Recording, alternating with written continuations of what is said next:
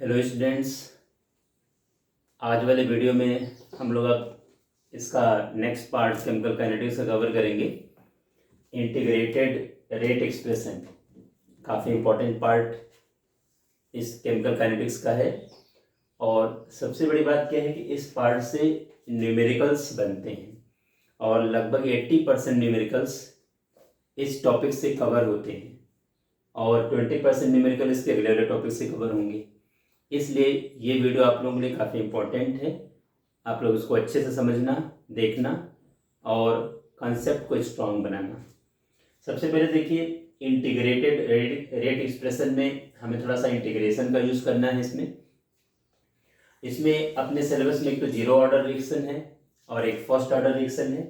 दोनों का discussion 1 by 1 होगा और इससे रिलेटेड हाफ लाइफ का भी डिस्कशन हम लोग करेंगे।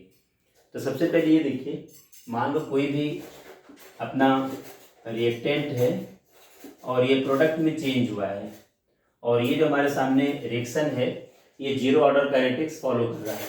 और आप लोगों को पहले से पता है कि जीरो ऑर्डर काइनेटिक्स का मतलब क्या है कि अगर हमारा रेट कंसंट्रेशन के चेंज होने से अगर चेंज नहीं हो रहा है तो उसको हम लोग जीरो ऑर्डर में ले जाते हैं।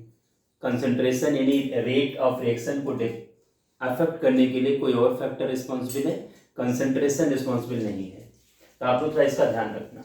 अब यहाँ पर देखा जाए, रेट इज इक्वल टू, यहाँ पर जो हम लोग minus D R upon D T is equal to K naught, यहाँ पर हम लोग लेके चलेंगे। स्पेशली देखा जाए कंसंट्रेशन ऑफ आर और इसके ऊपर देखा जाए पावर 0 लगेगी। रेट इज इक्वल टू, सबको पता है, minus D X upon D T करते हैं। एक्स क्या है? Change in concentration.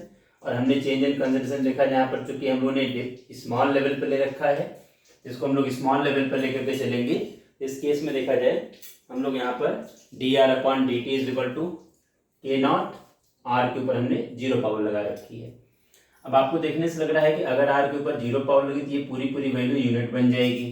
तो हमारे सामने rate is equal to minus D R upon D T is equal to K naught, ये रिलेशन बन जाएगा।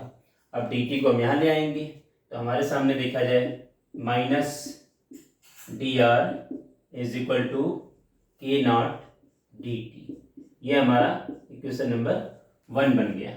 ध्यान रखना इसको, अगर हमारा रिएक्टेंट प्रोडक्ट में कन्वर्ट हो रहा है तो rate is equal to D R upon D T, D X upon D T. X यहाँ पर क्या है? Change in concentration. हमने वहाँ पर देखा जाए चूंकि इंस्टेंटेनियस को लेना है, अगर एवरेज को लेना होता है तो डेल्टा लगाते हैं, इंस्टेंटेनियस को लेना होता है तो हम लोग डिफ्रेंसिएशन के लिए डी यूज़ कर लेते हैं। तो D X upon D T, तो यहाँ पर हमने इसको लिया है के नॉट, जीरो ऑर्डर की बेसिस पे लगा रखा है और आर के ऊपर पावर 0 लगी क्योंकि हमारा रिएक्शन जीरो ऑर्डर है। तो ये पूरी वैल्यू यूनिट बन जाएगी। तो हमारे पास minus D R upon D T is equal to K naught बन जाएगा। अब डी टी को आप इधर ले जाइए तो minus D R is equal to K naught D T, question number 1। और इसी क्वेश्चन का हम डिफरेंशिएशन, स्पेशली यहाँ पर इंटीग्रेशन इक्वेशन कर लेंगे। इंटीग्रेटिंग द अबव इक्वेशन, यहाँ पर देखिए इंटीग्रेटिंग द अबव इक्वेशन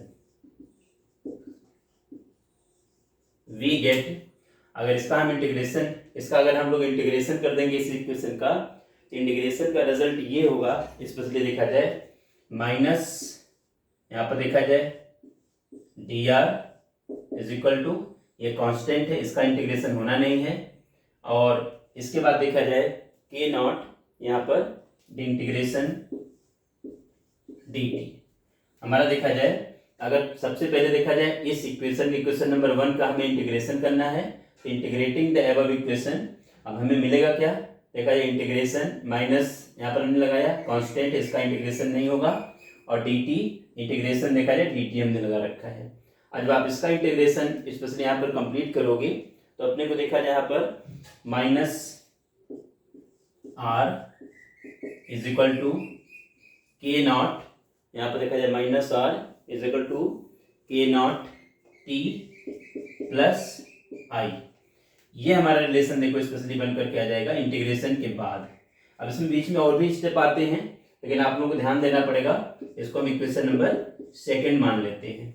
आपको ये ध्यान रखना पड़ेगा बीच में और भी स्टेप जो भी हैं उनको हम लोग अवॉइड कर सकते हैं, सीधे हम इस इक्वेशन पर आ सकते हैं, क्योंकि मैथमेटिकल अप्रोच बीच में लगेगी और बायो वाले बच्चों के लिए थोड़ा सा ये मुश्किल होने लगता है। इसलिए सीधे आप इंटीग्रेशन के बाद अपने को क्या रिजल्ट मिलना है, कहाँ जाना है, ये सिचुएशन हम लोग ऑप्ट कर लेते हैं। तो ये हमारा इक्वेशन नंबर सेकंड देखो यहाँ पर बन जाता है, इक्वेशन नंबर सेकंड हम इसको बना लेते हैं। अब इसके बाद हम लोग क्या करते हैं कि अब हम जो इनिशियल कंसंट्रेशन है जो हमारा आर है, ये रिएक्टेंट का कंसंट्रेशन एट टाइम टी है। तो अगर हम यहाँ पर इनिशियल कंसंट्रेशन लेकर के चलने लगते हैं, स्पेशली यहाँ पर देखा जाए इनिशियल कंसंट्रेशन, ध्यान रखना initial concentration of R is equal to R naught, यहाँ देखना हमने इसको आर नॉट ले लिया है। तो अब इस केस में यहाँ पर देखा जाए टाइम इज इक्वल टू, देखा जाए यहाँ पर टी इज इक्वल टू क्या आ जाएगा, 0 आ जाएगा। फिर से देखिए एक बार, हमारा जो आर है ये कंसंट्रेशन एट टाइम टी है, और अगर हम लोग इनिशियल कंसंट्रेशन लेके चलेंगे तो आर को हम लोग क्या ले सकते हैं, आर नॉट, लेकिन उस समय टाइम की वैल्यू क्या आएगी, 0, क्योंकि हम स्टार्टिंग पॉइंट से स्टार्ट कर रहे हैं, जब हमने रिएक्शन को स्टार्ट किया था तब की बात हम लोग कर रहे हैं। तो अब एक चीज देखा जाए, अगर हम इसी वैल्यू को यहाँ पर पुट कर दें तो देखा जाए हमारे सामने क्या बन जाएगा, यहाँ पर जो आई है ये कांस्टेंट है, ध्यान देना इंटीग्रेशन कांस्टेंट है। किसी किसी बुक में इसके जगह पर कैपिटल सी यानी सी मेंशन होता है, तो सी लगाया जाए, मैथमेटिक्स में ज़्यादातर सी यूज होता है, और हम लोग यहाँ पर अपने एनसीईआरटी में आई का यूज है। तो आई और सी सिमिलर हैं, आई जो है ये इंटीग्रेशन कांस्टेंट है, यहाँ पर चाहो तो यहाँ पर मेंशन कर सकते हो, यहाँ पर इंटीग्रेशन कांस्टेंट। अब जरा इसको देखा जाए, यहाँ पर हम स्पेशली मेंशन कर लेते हैं, आर की प्लेस पर देखो हमने आर नॉट ले लिया है is equal to A naught, और टी के प्लेस पर देखो हमने 0 मेंशन कर लिया क्योंकि टी इज इक्वल टू 0 है। आर को हमने आर नॉट अगर लिया, इनिशियल कंसंट्रेशन लिया रिएक्टेंट का, तो उस समय टाइम हमारा 0 रहेगा, और प्लस यहाँ पर देखा जाए आई आ जाएगा। तो आई इज इक्वल टू आपके सामने दिख रहा है, ये पूरी वैल्यू यहाँ पर देखा जाए 0 हो जाएगी, तो I is equal to minus R naught आ जाएगा, आई इज इक्वल टू। अब आई की वैल्यू को हम क्या करेंगे, इस इक्वेशन नंबर सेकंड में पुट कर देंगे। यहाँ पर देखिए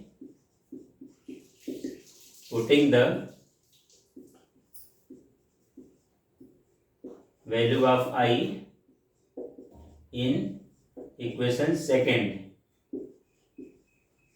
we get, equation number second हमारे सामने देखा जाए ये है, और आई की वैल्यू हमें पुट करनी है, तो हमारे सामने देखा जाए क्या बन जाएगा, माइनस हमारा आर नॉट, आर का कंसंट्रेशन तो लिया ही गया है, is equal to K naught T, और प्लस आई है, और आई के प्लेस पर हमें माइनस आर नॉट हमने मेंशन कर लिया।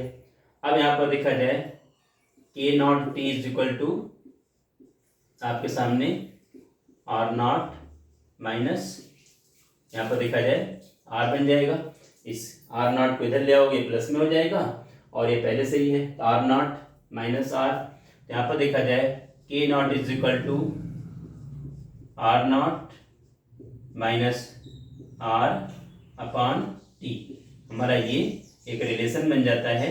इसी रिलेशन को हम इंटीग्रेटेड रेट एक्सप्रेशन का नाम देते हैं। आप लोग इसको थोड़ा सा ध्यान रखना, यहाँ पर देखा जाए माइनस, यहाँ पर माइनस साइन लगी हुई है, ये सिचुएशन हमारे सामने है, इंटीग्रेटेड रेट एक्सप्रेशन है 0 ऑर्डर के लिए। फिर से एक बार इसको देखिए ध्यान से, बड़ा सिंपल सा इक्वेशन है, कोई भी रिएक्टेंट प्रोडक्ट में अगर कन्वर्ट हुआ है और ऑर्डर अगर 0 ऑर्डर फॉलो हो रहा है, तो rate is equal to minus D R upon D T, यहाँ पर देखा जाए यहाँ पर D X upon D T की जगह पर एक्स की प्लेस पर हमने आर ले रखा है, change in concentration upon D T is equal to देखा जाए के नॉट आर नॉट के ऊपर देखो हमने पावर लगा दी है।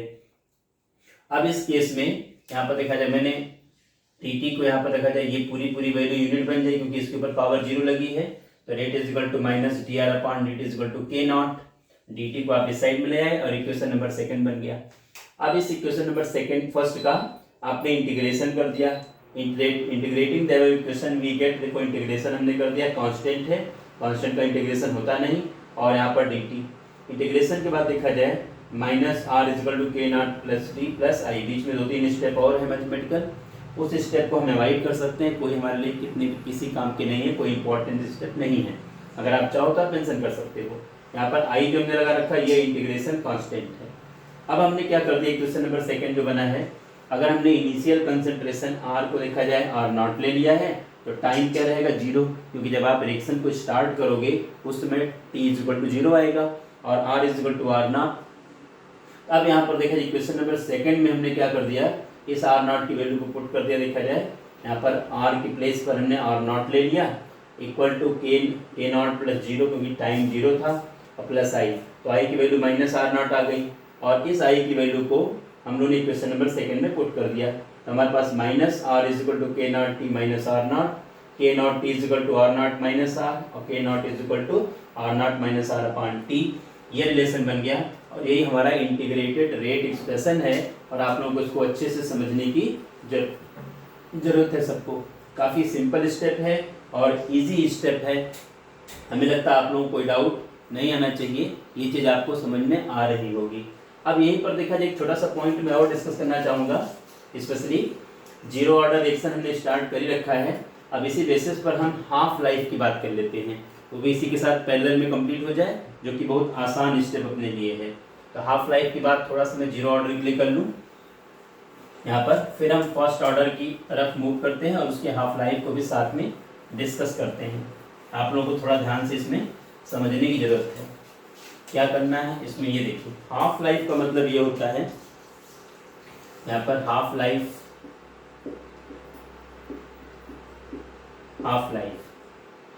का मतलब ये होता है कि कोई भी वो टाइम इंटरवल जिसमें कोई भी रिएक्टेंट अपने इनिशियल अमाउंट का हाफ प्रोडक्ट में चेंज हो जाए, या यूँ कह लिया जाए कि जितने टाइम इंटरवल में इनिशियल अमाउंट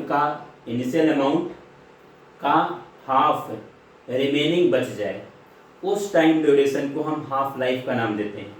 तो हमारे सामने देखा जाए इक्वेशन जो हमारे सामने अभी हम लोगों ने लिया है, K naught is equal to, यहाँ पर देखिए R naught minus R upon T. हमारा ये देखो रिलेशन अभी हमारे सामने इंटीग्रेटेड रेट इक्वेशन हमारा निकल करके आया है। अब इसमें देखा जाए if T is equal to T half, जो टी अपना है टी हाफ लाइफ, मतलब जितने टाइम में हमारा रिएक्टेंट इनिशियल अमाउंट का हाफ प्रोडक्ट बन जाएगा या इनिशियल अमाउंट का हाफ रिमेनिंग बच जाएगा।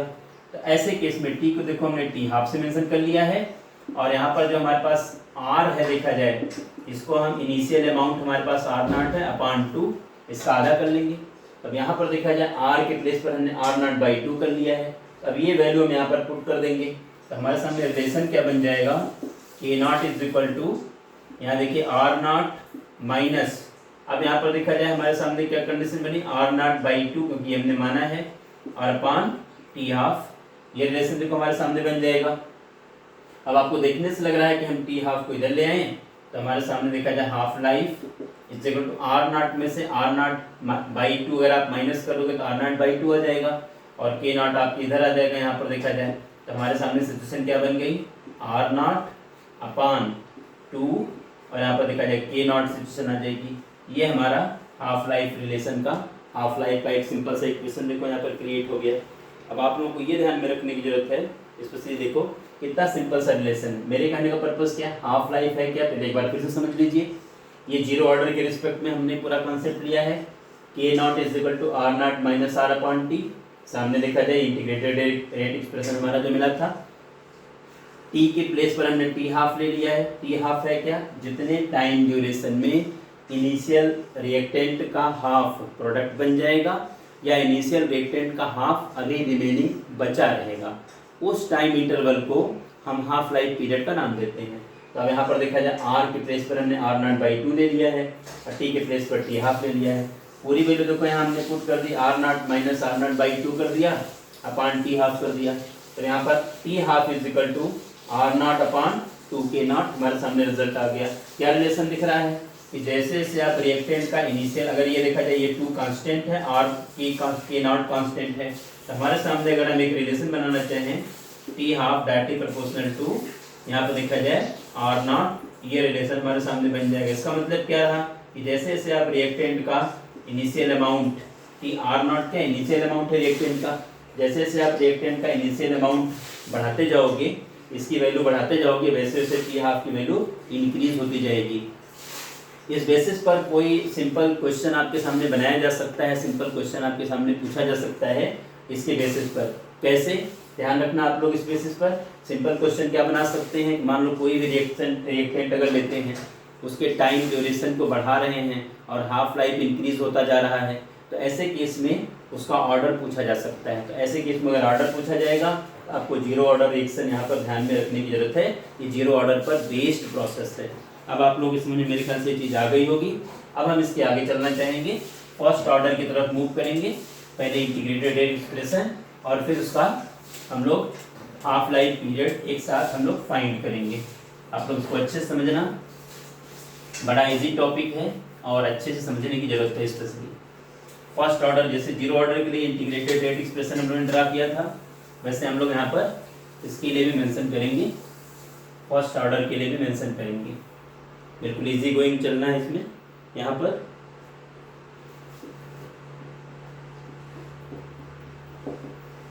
First order reaction, first order reaction के लिए इंटीग्रेटेड एक्सप्रेशन की बात पहले की जाए।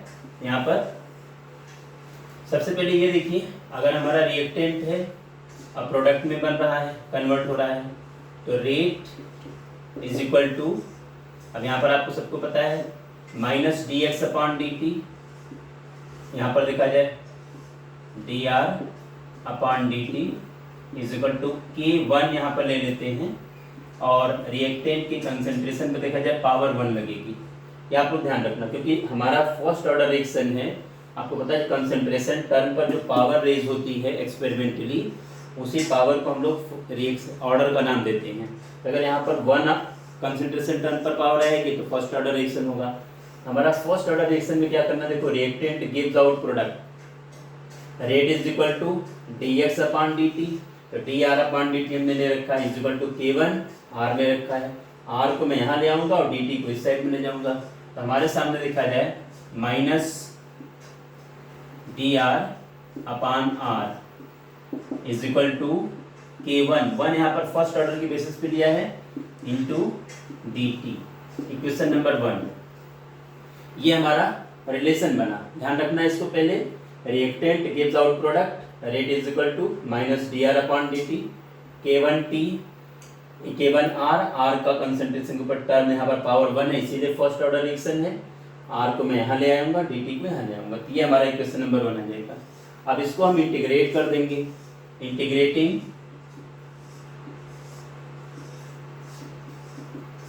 Integrating equation first we get, अगर आप फर्स्ट इक्वेशन को अगर इंटीग्रेट कर देंगे, इंटीग्रेट करने के बाद देखा जाए अपने को यहाँ पर क्या मिलेगा, माइनस इंटीग्रेशन की साइन हमें लगाना है, D R upon R is equal to, ये तो हमारा देखा जाए कांस्टेंट है, इसका इंटीग्रेशन होना नहीं है, और इंटीग्रेशन यहाँ पर देखा जाए dt का होगा। अब जब आप इसका सोल्यूशन निकाल दोगे, इसको सॉल्व करोगे, यहाँ पर देखो नेचुरल लॉग का फॉर्मेशन आने लगेगा। यानी यहाँ पर स्पेशली यहाँ पर अगर इसको सॉल्व करेंगे अच्छी तरह से, यहाँ पर हमारे सामने देखा जाए एक सिचुएशन बनेगी, minus ln r is equal to, ध्यान रखना यहाँ पर नेचुरल लॉग है ln, minus ln r is equal to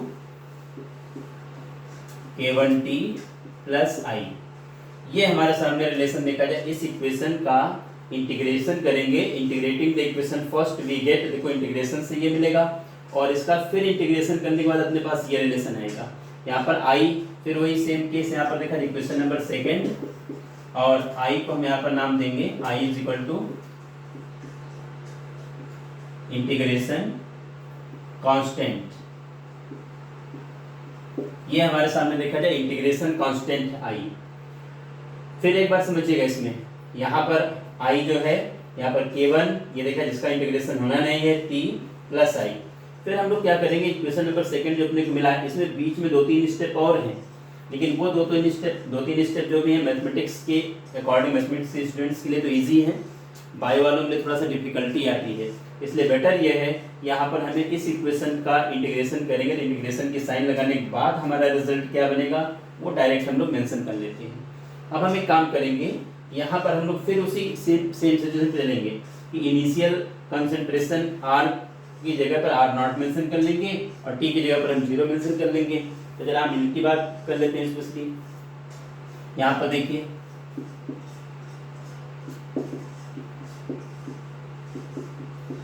initial concentration R is equal to R naught मान लेते हैं, तो T इज इक्वल टू यहाँ पर क्या रहेगा, देखा जाए 0 आएगा।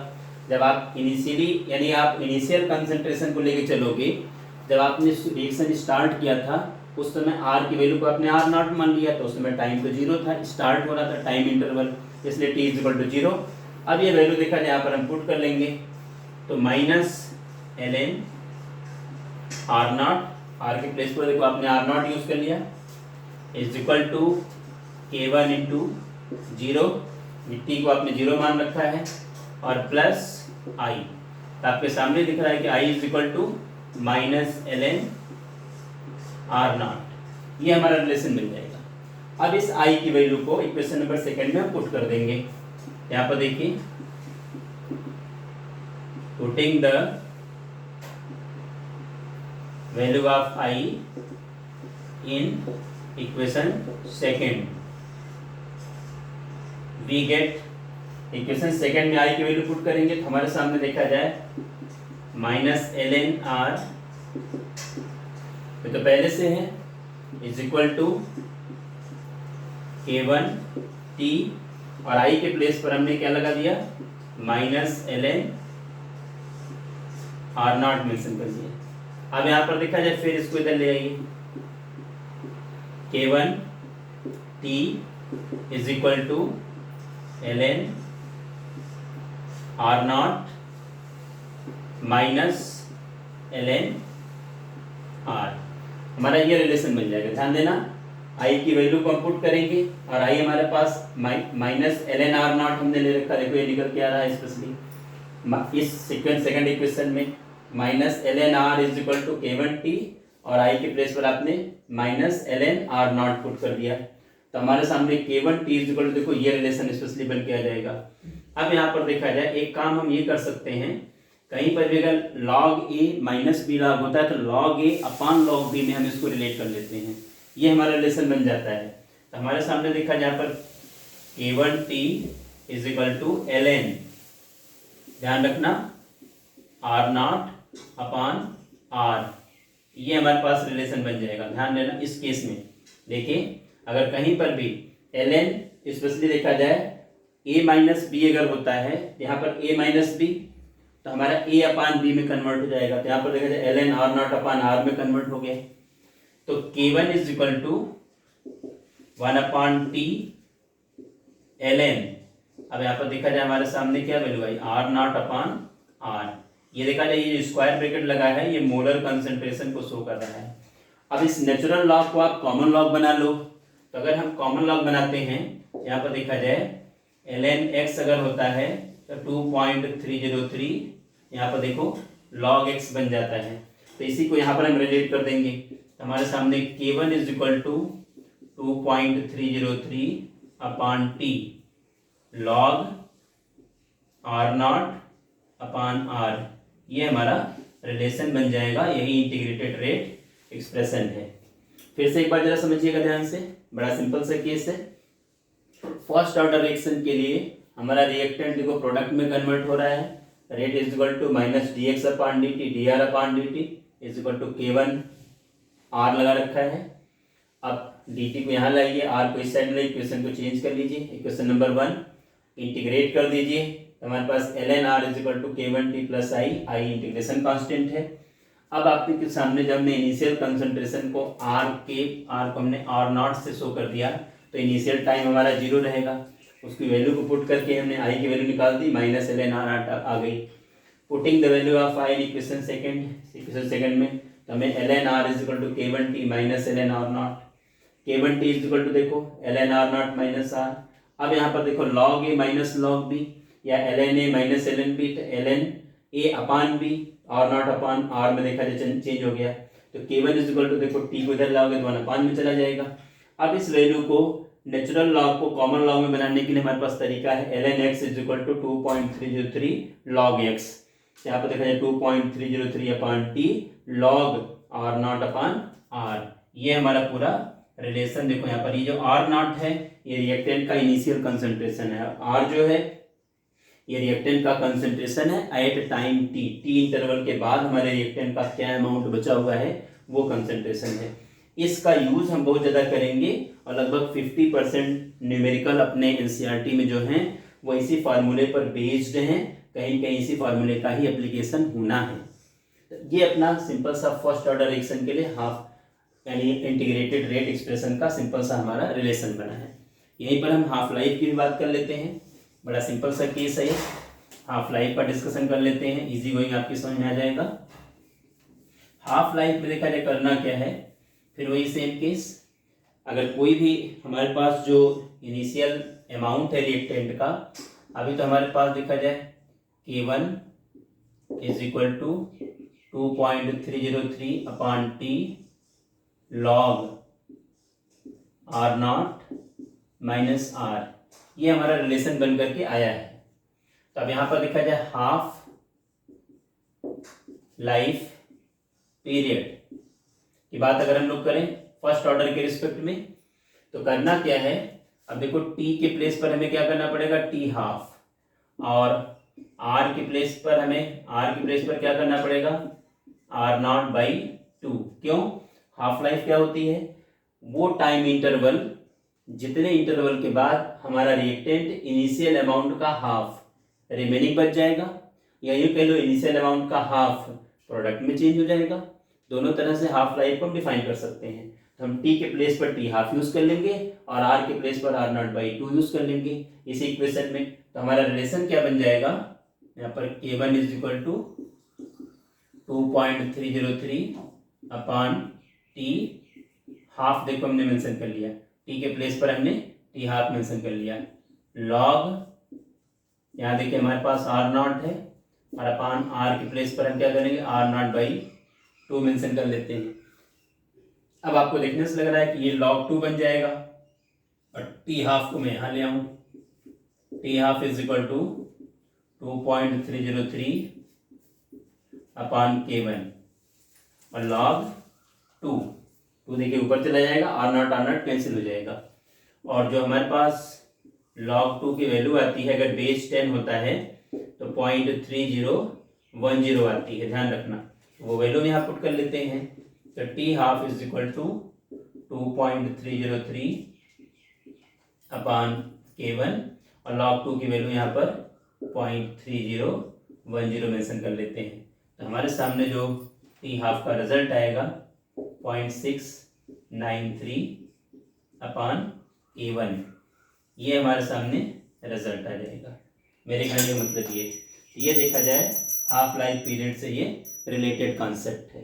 फिर एक बार इसको समझना ध्यान से, ये फर्स्ट ऑर्डर रिएक्शन के लिए हमने इक्वेशन बना रखा, K1 is equal to 2.303 upon T log R naught upon R, integrated rate equation से निकाला गया था इक्वेशन। अब हमें टी की जगह पर टी हाफ लेना है, R की जगह पर हमें R नॉट बाई 2 लेना है, वैल्यू पुट कर दी पूरी। यहाँ पर देखा जाए log 2 बनेगा, log 2 अगर बेस 10 है तो 0.3010, हमारे बुक में जितने भी लॉ के कॉन्सेप्ट हैं सब देखा जाए बेस 10 पर बेस्ड हैं, इसलिए हमें 10 पर ही लेना है स्पेशली। हमारे पास 0.3010 वैल्यू आएगी और 0.693 अपान K1, ये हमारा रिलेशन बन जाएगा। अब यहाँ पर देखो K1 तो कांस्टेंट है और 0.693 भी कांस्टेंट है, तो हमारा टी हाफ क्या हो जाएगा, इंडिपेंडेंट हो जाएगा इनिशियल कंसंट्रेशन का। इसका मतलब क्या रहा कि अगर हम रिएक्टेंट के इनिशियल कंसंट्रेशन को अगर चेंज करेंगे, बढ़ाएंगे घटाएंगे, तो भी हाफ लाइफ पर कोई इफेक्ट नहीं आएगा, हाफ लाइफ इंडिपेंडेंट होगा। अगर बाई चांस किसी न्यूमेरिकल में कहीं पर भी ऐसा कुछ हमारे सामने अवेलेबल डाटा मिल जाए कि अगर हम कंसंट्रेशन को चेंज तो करें लेकिन हाफ लाइफ चेंज ना हो और आपसे ऑर्डर की बात की जाए, तो आपको पता होना चाहिए कि ये फर्स्ट ऑर्डर काइनेटिक्स पर बेस्ड कॉन्सेप्ट है। तो ये अपना फर्स्ट ऑर्डर से related integrated rate expression concept था और फर्स्ट ऑर्डर का हाफ लाइफ पीरियड का कैलकुलेशन था। आपको ये ध्यान में रखने की जरूरत है क्योंकि टी हाफ यहाँ पर देखा जाए 0.693 कांस्टेंट है, K1 कांस्टेंट है, तो पूरी वैल्यू देखा जाए इसकी कांस्टेंट के इक्वल आएगी। मतलब क्या है, इनिशियल कंसंट्रेशन से टी हाफ का कोई लेना देना नहीं है, यह आप लोगों को समझ में आना चाहिए। अब इसके आगे देखा जाए हम first order gas phase reaction की बात कर लेते हैं। ये भी बड़ा सिंपल सा कॉन्सेप्ट है और बड़ा अच्छा सा कॉन्सेप्ट है। उस बेसिस पर भी एक दो न्यूमेरिकल अपने एनसीईआरटी में हैं। तो हम जरा first order gas phase reaction की बात कर लेते हैं, भी अपना कॉन्सेप्ट कवर हो जाए इसी में। जितने भी अपने पास न्यूमेरिकल वाले पोर्शन हैं, काफ़ी कुछ हमें इस वीडियो में कवर करने हैं, तो आप लोग थोड़ा सा ध्यान देना जिससे कि अच्छे से आप लोगों को वो चीज़ क्लियर हो सके। यहाँ पर हमारा जो है first order gas phase reaction का डिस्कशन अपने को करना है। यहाँ पर देखा जाए first order gas phase reaction. ध्यान रखना हमारे पास कॉन्सेप्ट क्या है, first order gas phase reaction की बात हमें करनी है। मतलब अब तक हम लोगों ने मोलर कंसंट्रेशन को लिया था, रिएक्टेंट के मोलर कंसंट्रेशन को, जो स्क्वायर ब्रैकेट हम लगाते हैं वो मोल पर लीटर कंसंट्रेशन के बेसिस पे लिया जाता है। अब यहाँ पर हमें गैस फेज रिएक्शन के लिए फर्स्ट ऑर्डर का केस लेना है, लेकिन आपको बता दूं कि फर्स्ट ऑर्डर के लिए गैस फेज के केस में लेना, यहाँ पर हमें पार्शियल प्रेशर का मेजरमेंट हमारे लिए इजी रहता है। पार्शियल प्रेशर के बेसिस पर हम कैलकुलेशन करते हैं। हम मोलर कंसंट्रेशन के बजाय अगर कोई गैसियस प्रोडक्ट है, गैसियस रिएक्टेंट है, गैसियस प्रोडक्ट है, तो वहाँ पर पार्शियल प्रेशर का कैलकुलेशन ईजी होता है। पार्शियल प्रेशर मीन्स उस पर्टिकुलर कंपोनेंट का इंडिविजुअल प्रेशर। अब जरा हम लोग एक रिएक्शन ले लें। मान लो कि हमारा ये रिएक्टेंट है, गैस में है, ये देखा जाए प्रोडक्ट में, ये भी हमारे पास गैस बन रहा है। इस केस में यहाँ पर देखा जाए अगर हमें फर्स्ट ऑर्डर रिएक्शन के लिए यहाँ पर लेना है, यहाँ पर K अगर हम 1 ले लेते हैं, तभी हम लोगों ने 2.303/T लिया था, log R0 लिया था, यहाँ पर R0 इनिशियल था, PI/PA। ये हमारे पास देखा जाए रिलेशन बनेगा। स्पेशली हमने R0/R लिया था, यहाँ पर R0 क्या था, initial concentration, molar concentration reactant का। यहाँ पर हमारे पास इनिशियल प्रेशर, और इनिशियल प्रेशर आपको पता है रिएक्टेंट का ही पूरी तरह से होगा क्योंकि इनिशियली प्रोडक्ट तो बना ही नहीं रहेगा। और एट टाइम टी PA यानी इसका पार्शियल प्रेशर कितना है वो वैल्यू अगर यहाँ पर हम पुट कर दें तो हमारा first order gas phase reaction complete हो जाएगा। तो आप लोग इसी रिएक्शन को हमें थोड़ा सा आगे डिस्कस करना है, तो थोड़ा सा हमें देखा जाए इसी फार्मूले का यूज़ करना पड़ेगा। और इस फार्मूले का यूज़ करके हम first order gas phase reaction के लिए काइनेटिक्स प्रिपेयर करेंगे। अब यहाँ पर देखा जाए फिर वही सेम केस, हम लोग इसी रिएक्शन को लेते हैं। अगर यहाँ पर देखा जाए इनिशियल, यहाँ पर अगर हम इसके A और B इन सब के लिए देखा जाए, स्पेशली हम एट इनिशियल फेज पर अगर रिएक्शन को लेके चलें, यहाँ पर टाइम इंटरवल को 0 मान लिया जाए, एट टाइम T = 0, तो उस समय देखा जाए जो प्रेशर आएगा वो पूरा का पूरा प्रेशर देखा जाए हमारे रिएक्टेंट का होगा और इनका देखा जाए 0 आएगा। मतलब क्या रहा, at time T = 0 initial basis पर हमारे पास केवल रिएक्टेंट रहेगा, प्रोडक्ट तो इनिशियली बना नहीं रहेगा क्योंकि वो धीरे धीरे रिएक्टेंट से प्रोडक्ट की तरफ जाएगा हमारा रिएक्शन। तो उस समय हमारे पास जो प्रेशर है देखो PI होगा, इनिशियल प्रेशर मैंने मान लिया है, ये A कंपोनेंट का ही प्रेशर होगा, इंडिविजुअल प्रेशर होगा, और B का और C का 0 रहेगा। अब इसी में एट टाइम T, तब यहाँ पर देखा जाए आपको पता है कि हमारा जो रिएक्टेंट है ये धीरे धीरे प्रोडक्ट में चेंज होगा, मतलब इसका अमाउंट घटेगा। अगर मान लेते हैं कि इसमें से X अमाउंट रिड्यूस हुआ है तो इनका कितना बनेगा, जितना ये रिड्यूस होगा उतना ये बनेगा। ध्यान रखना क्योंकि हमारा A प्रोडक्ट जो है देखा जाए इधर स्टोइकोमेट्रिक वैल्यू है 1 है, तो 1 और 1 ये बन रहा है। अगर इसमें से आपने X माइनस किया है तो जितना इसमें से ये ब्रेक होगा उसी रेशियो में B और C बनेगा, क्योंकि स्टोइकोमेट्रिक वैल्यू 1 और 1 है, इसलिए X और X। अब इस केस में देखा जाए हमें यहाँ पर क्या करना है, अगर हम यहाँ पर देखा जाए टोटल प्रेशर स्पेशली यहाँ पर हम निकाल लेते हैं। तो PT अगर निकाल लेते हैं, टोटल प्रेशर हमारे पास देखा जाए इस T टाइम इंटरवल पर क्या है, तो हमारे पास PI माइनस एक्स, ये तो A कंपोनेंट का है, प्लस एक्स। अब आपको दिखने लगा एक एक्स तो हमारा कैंसिल हो जाएगा, तो हमारे पास क्या कंडीशन है, PI प्लस एक्स, ये हमारे PT की वैल्यू आई, PT is equal to PI plus X. तो अब x इज इक्वल टू देखा जाए यहाँ पर क्या बन जाएगा, x इज इक्वल टू हमारे पास देखा जाए PT माइनस PI, ये हमारे पास देखो एक रिलेशन बन जाएगा, ध्यान रखना इसमें x is equal to PT minus PI।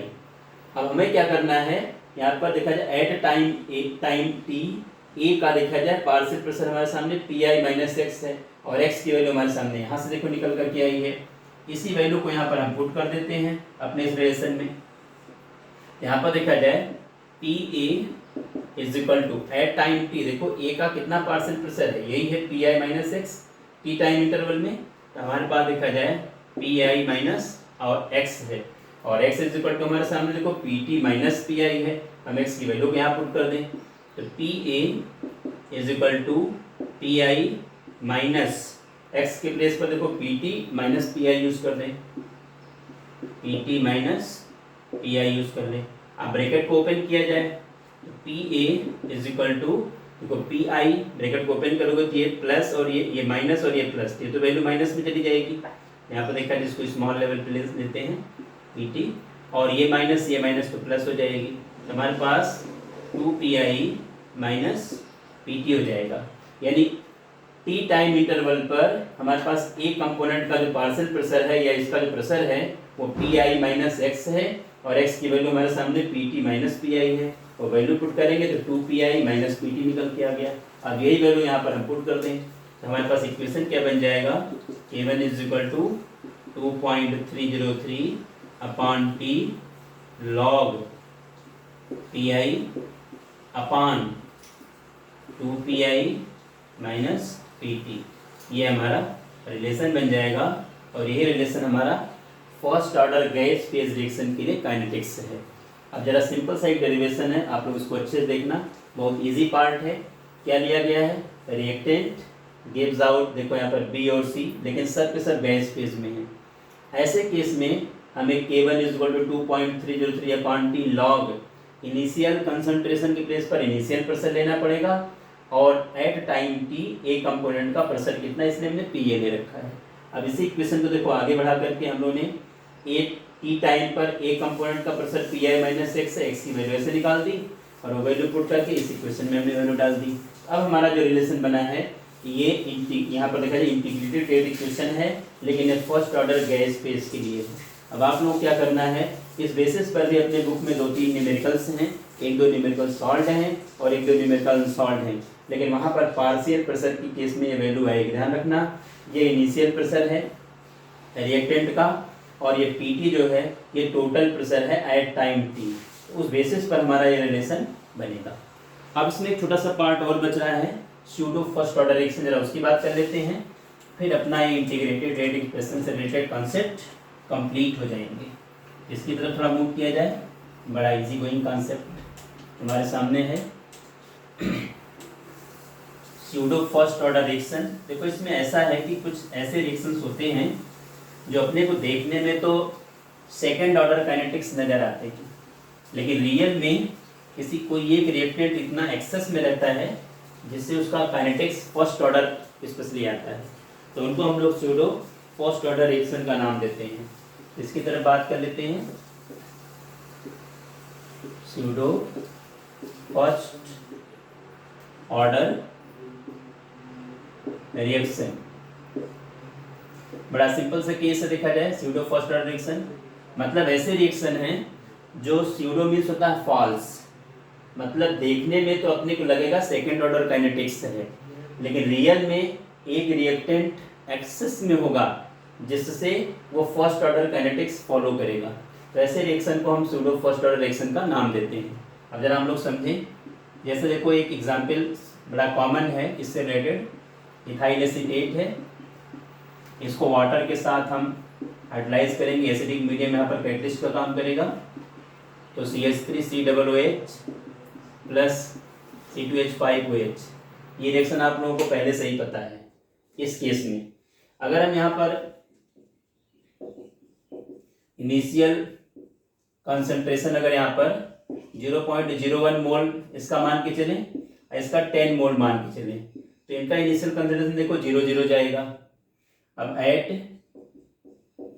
Time t, अब ये मान लें कि पूरा ईस्टर हमारा हाइड्रोलाइज हो गया, तो 0.01 माइनस 0.01 ये देखा जाए, और ये 10 माइनस 0.01, तो 0.01 ये बनेगा, 0.01 ये भी देखो हमारे सामने बनेगा।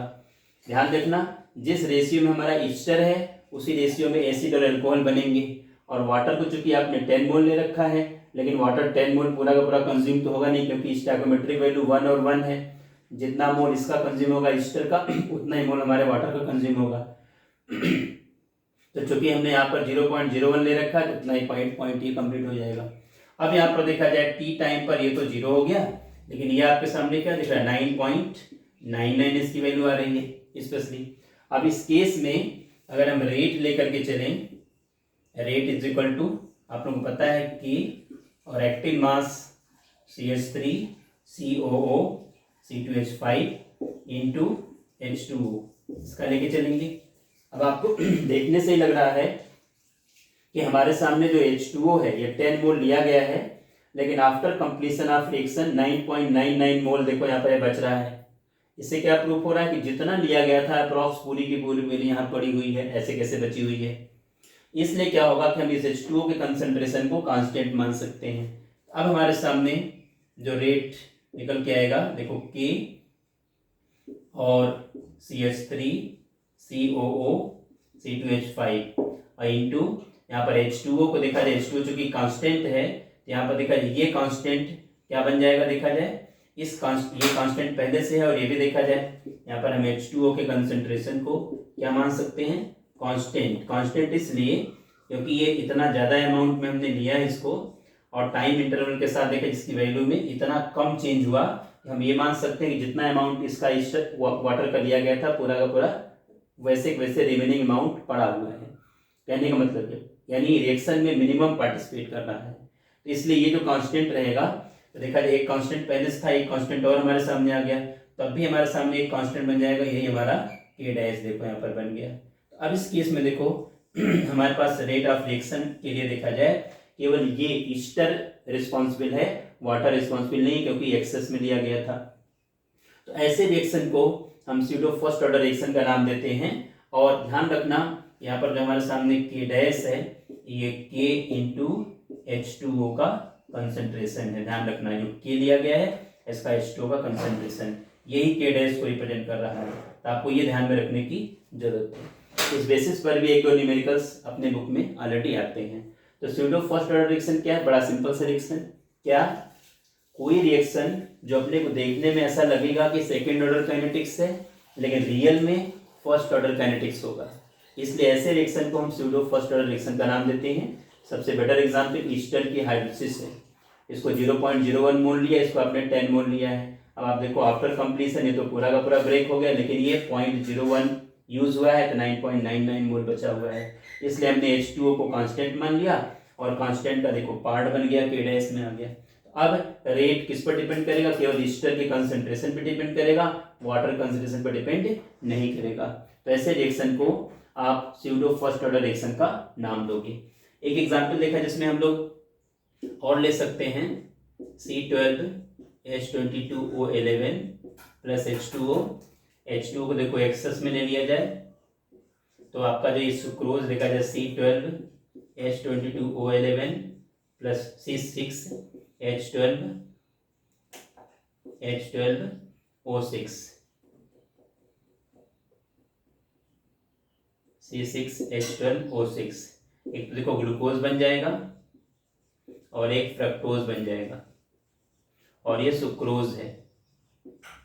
तो सुक्रोज को देखा जाए, सुक्रोज को अगर हाइड्रोलाइज किया जाए वाटर में और वाटर एक्सेस में लिया जाए, तो फिर वही सेम कंडीशन है कि यहाँ पर जो rate is equal to K, और हमारे सामने देखा जाए C12H22O11 इंटू H2O, और H2 चूंकि एक्सेस में लिया है, इसका अमाउंट इतना कम चेंज होगा कि इसको हम कांस्टेंट मान लेंगे। यहाँ पर भी देखो rate is equal to K dash बन जाएगा और C12 H22 O11, ये देखा जिस पर हमारा रिलेशन डिपेंड करेगा। तो अब इस रिएक्शन को भी हम स्यूडो फर्स्ट ऑर्डर में काउंट कर सकते हैं।